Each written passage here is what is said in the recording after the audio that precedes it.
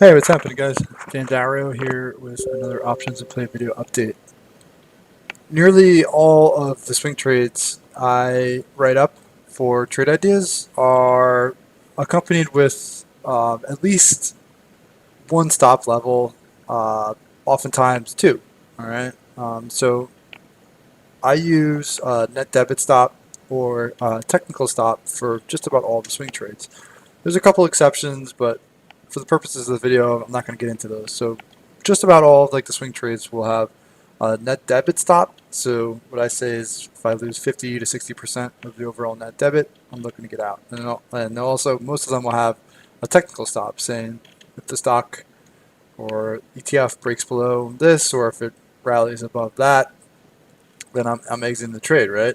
And I really like this combination of like one or the other because not every trade works out exactly the way you expect, right? Or not, um, or maybe the trade works out how you expect, but the options don't work how you wanted, right? I mean, because when you trade options, there's different factors at play, right? Because the thing might work, but it might take too long and your options run out of time value, right? Or you run out of time for it to work in your favor. So that's why for me, when I'm opening swing trades on options, like I like to have two different types of stops. So if I lose 50 to 60% of what I paid for those contracts, or if it breaks a technical level, right? And that's something I think that if you don't do it, maybe you should start looking into it. I just wanted to highlight TLT, kind of an example, like what I mean. So we were looking at this more so as it's like a defensive swing trade, right? Like kind of like the same idea with maybe like the metals, in the sense that people kind of bullish positioning in this, maybe a little bit more defensive, right? I mean, people thinking that it could be getting close to a top, et cetera, et cetera, et cetera. Bonds were acting pretty strong, and they were getting up into like the 170, low 170s kind of top from April. And um, two option sessions ago, I was talking about how I didn't really like the way it was kind of running out of gas right at the top of like this key like resistance range, right? And I was saying at the time that I really wanted to use the 20-day as a stop, right? Because what you saw is last time TLT topped out in this area, and basically when it lost the 20-day, that's when like the real selling picked up, right? Because it basically lost the 20-day, and then it was like a fast move down to the 50-day, right?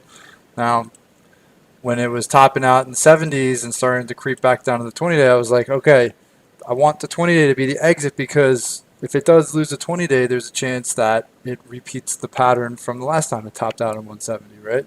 So even though at the time the contracts for this trade were out through September, right? Plenty of time left.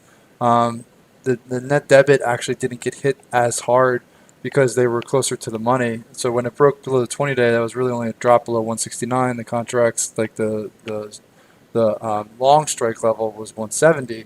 So they weren't that far out of the money, and they didn't get hit that hard to trigger like that debit stop. But they triggered the technical stop, and that to me was more important because basically, in my opinion, when it lost the 20-day, there really wasn't a good reason to stick with like a bull trade, right? Because that bull thesis really took like a significant hit, right? Losing like the high support range, put in a double top.